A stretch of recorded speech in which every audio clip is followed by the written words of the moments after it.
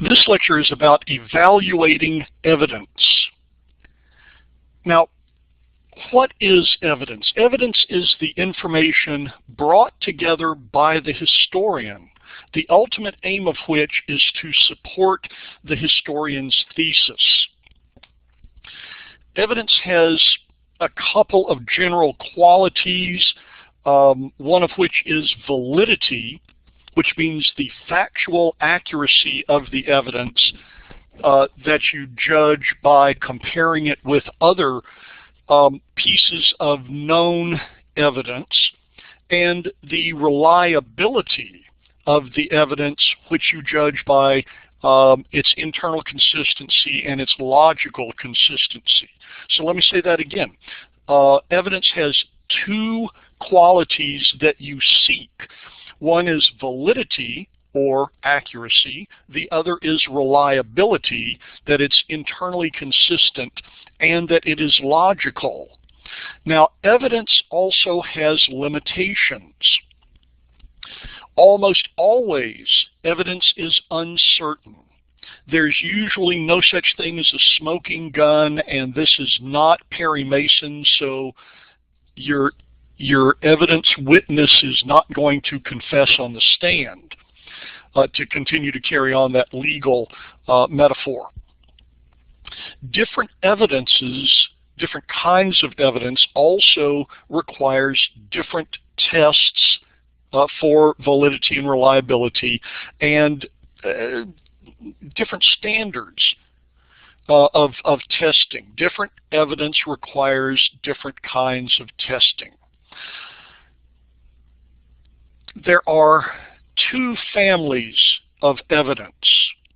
One is revealed knowledge or revealed evidence. That is information from an authority that is valid and reliable because you believe that authority. Revealed knowledge, revealed evidence is passive on your part. You don't necessarily go out and seek it. Sometimes even if you seek it, you don't test the evidence for validity and reliability. That is, you don't compare it with other evidence to see if it's valid, and you don't look for logical consistency or informational consistency and logical consistency within it. You simply accept the authority of the information provider, and consequently you accept the information provided by that authority. Some good examples of this are a lecture from a professor that you don't necessarily test. You might accept also quote-unquote facts from another historian because it's written in a book. That's the most insidious kind of revealed knowledge. And I say insidious because it doesn't necessarily mean to mislead, but if you don't test the information, it might not be good evidence. It might not be valid despite the best efforts of the expert. It might not be reliable despite the best efforts of the expert and their good intentions. New evidence may have come along to supplant this older evidence. What am I saying to you? Don't believe it just because it's written down. Because you found it in a book doesn't necessarily make it the best possible evidence. It might be good evidence, but you still have to test it. The best kind of evidence is evidence that you construct on your own, and that's the second of the two families of evidence. Evidence that you construct on your own. You provide the context within the search, This is the stuff of real historians. You seek and discover useful evidence. You deal with nuances and contradictions by applying rigorous method. You test this evidence for validity and reliability by comparing it with other evidence. You don't just accept it because you accept the authority of the information provider. You test the information. You've done this frequently. Many times you've looked at multiple sources to gain information for your research projects, or you've been in a class in which the thing that the professor said that you would normally have just accepted, you begin to question because it's not logical, it's not consistent. You may actually have picked up some information somewhere else that contradicts what the professor says, or more likely gives a twist to it.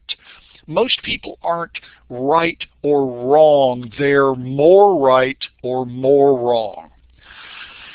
So, two families of evidence: revealed knowledge and self-constructed evidence. Obviously, the self-constructed evidence that you test for validity and reliability is the best possible evidence.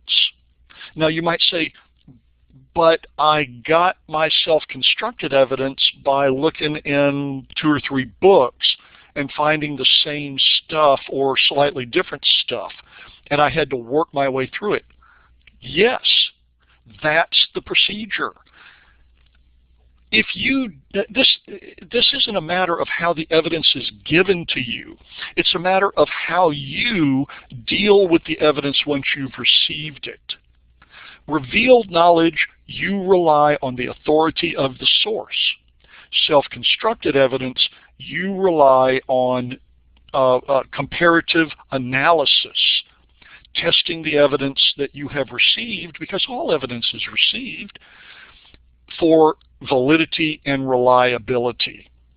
When you test it, when you judge it to be better evidence rather than worse evidence, it becomes self-constructed evidence, but only after you test it rigorously. Now, how do you test this evidence? One way is external criticism. That is, comparing the evidence to other evidence. And then the other mechanism that you should use in tandem with external is the conveniently named internal criticism. Now, the aim of internal criticism is to determine the credibility of its evidence on the one hand, and on the other, to worm out its secrets, to worm out the best information within the source. Aspects or features of internal criticism include understanding both the literal meaning of the information that you're looking at and the real meaning, which means you have to bring context to it.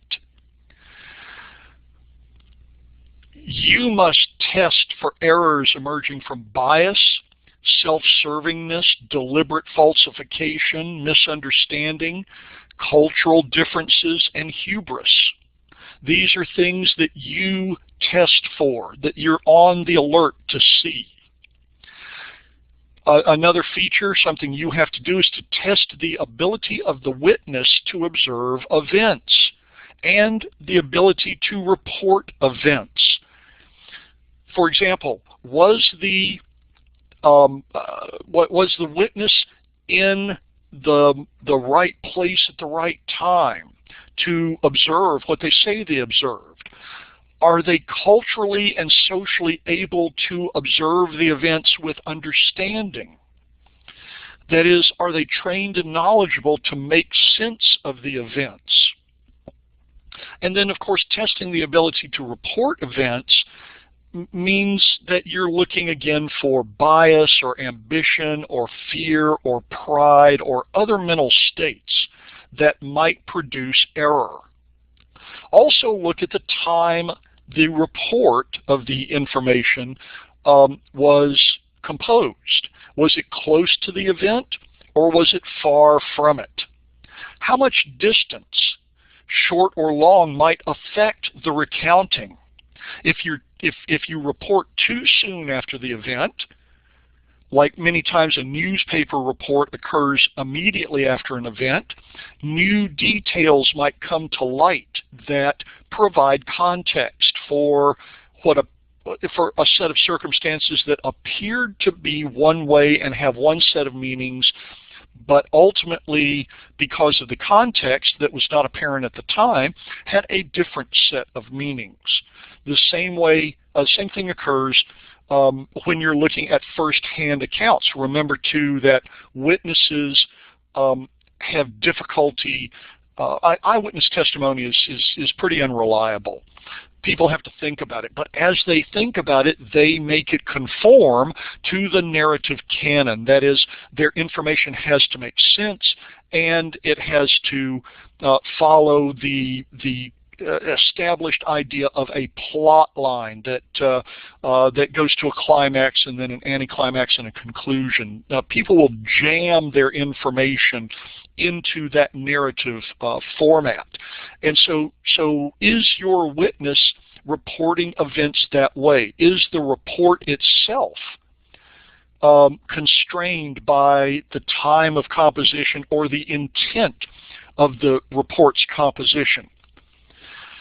There are, and by intent I mean, why did the person reporting it actually report it? There is a big difference, for example, in a memoir and a biography written by a scholar. A memoir from a political person might actually serve to influence the historical record, and I submit to you that most memoirs do exist to bias the historical record after a person has had an opportunity to think about how they appear in that record. Plus, memories get strange after a while, as I'm sure you know from trying to remember back on events in your own life, that your memory is different than other people's memory of the event. Anyway,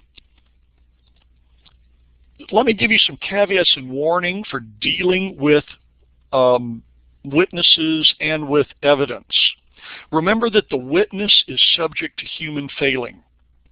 They have all the weird emotions that every other human has, and those things come out in their reports of events unless they deliberately stop themselves. So test the witness for the same thing you test for in yourself as a historian, because you too are subject to human failings. Test for bias, test for misunderstanding, test for intent, test for the ability to witness and report. Retain a healthy skepticism. Your antenna should be up all the time when you're looking at evidence. Not because you cynically believe that everybody's a big fat liar, but because you understand that human beings try to get it right, but don't necessarily get it right, and that your mission as an historian is to reconstruct the closest approximation to an objective truth as you can get. These accounts, that is, must pass the smell test. Are they accurate? Are they valid? Are they reliable? You have to ask yourself that. And question everything. Don't just accept revealed knowledge. Always test it against what you know. Always test it for internal consistency. Always test it for logic. And then you will find the stronger evidence to make your case. Check the details. Check for apocryphalism, stories that are a little too pat and neat. Employ the context of the era to learn to see through the eyes of the people in that era. These are ways to question everything. So, As usual, thank you very much for your attention.